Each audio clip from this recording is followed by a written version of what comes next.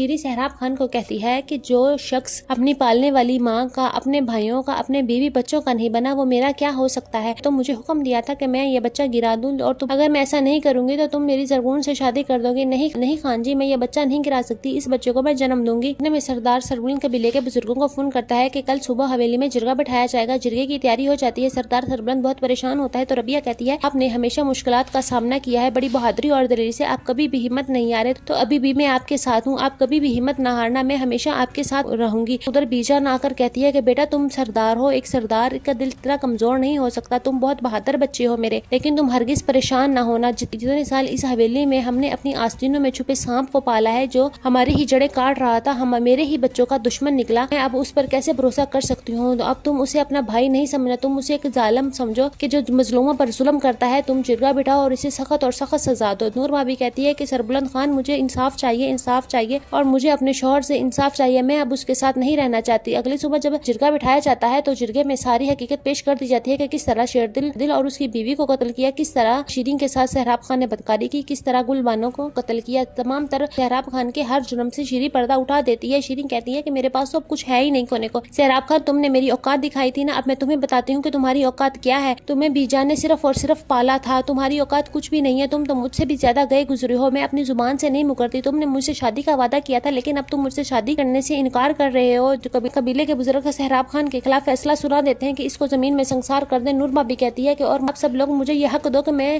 سنسار کیے ہوئے اپنے شوہر پر پہلا پتھر ماروں، اس نے بدکاری کی ہے، اس نے مجھے ساری عمر دھوکہ دیا ہے اور مجھے دھوکے میں رکھا ہے اور اس لڑکی کے ساتھ راتوں میں جا کے منہ کالا کرتا رہا ہے اور اب وہ اسے شادی سے بھی انکار کر رہا ہے۔ ہاں تو سہراب خان کو یہ منظور ہے تو وہ شیریں سے نکاح کر لے اور اس حویلی سے اور ہماری زندگی سے بہت دور چلا جائے اور مجھے طلاق دے دے۔ اب اس کا تعلق مجھ سے اور میرے بچے سے اور اس حویلی کے کسی بھی شخص سے نہیں ہوگا۔